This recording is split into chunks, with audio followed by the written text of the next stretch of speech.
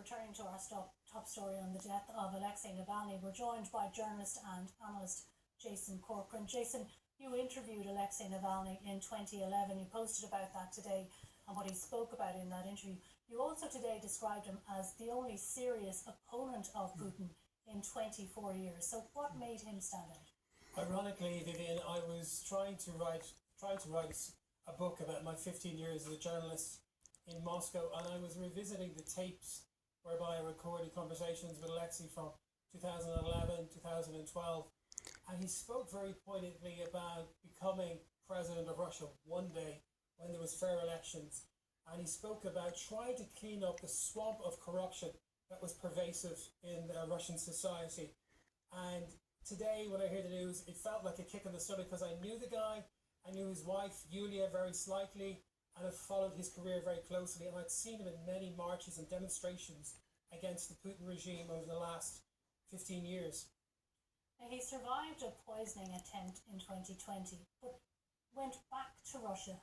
Many are asking, why did he go back against the advice and at great personal risk? I think he had a martyr complex. He really believed he could make a difference.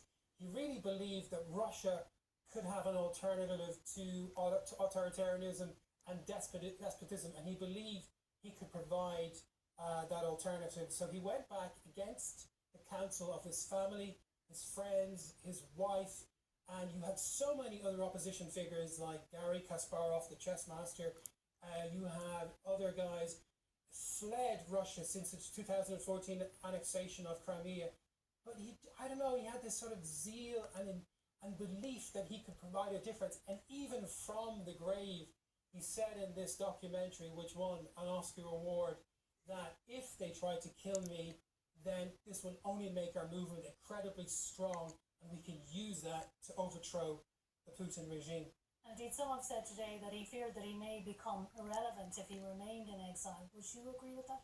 And I think I've got mixed feelings because there are now sort of rival Russian governments in waiting in Berlin, featuring people like Khodorkovsky, who was a serious opposition figure to Vladimir Putin after 10 years spent in the Gulag, just like Alexey Navalny.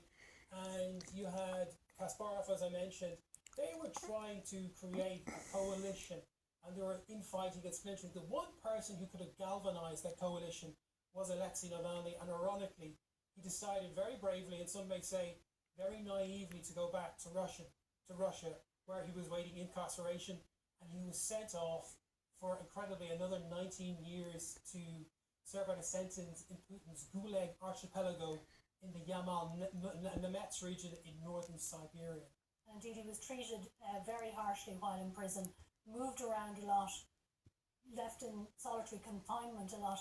Many are saying today that even if he wasn't murdered, he certainly would have died from neglect. He went on hunger strike after he was initially moved to these very harsh conditions, and as he said, he spent, I think, 20 different times he was sent to special confinements. It's called shiso in Russian, and he was suffering. He had backaches, but yesterday, Vivienne, he was recorded on video at a hearing to do with his case. He was repealing his very long sentence, and he looked, slim. He looked emaciated, but he was standing, and he was cracking jokes, and he was being his usual wry Alexei that I know.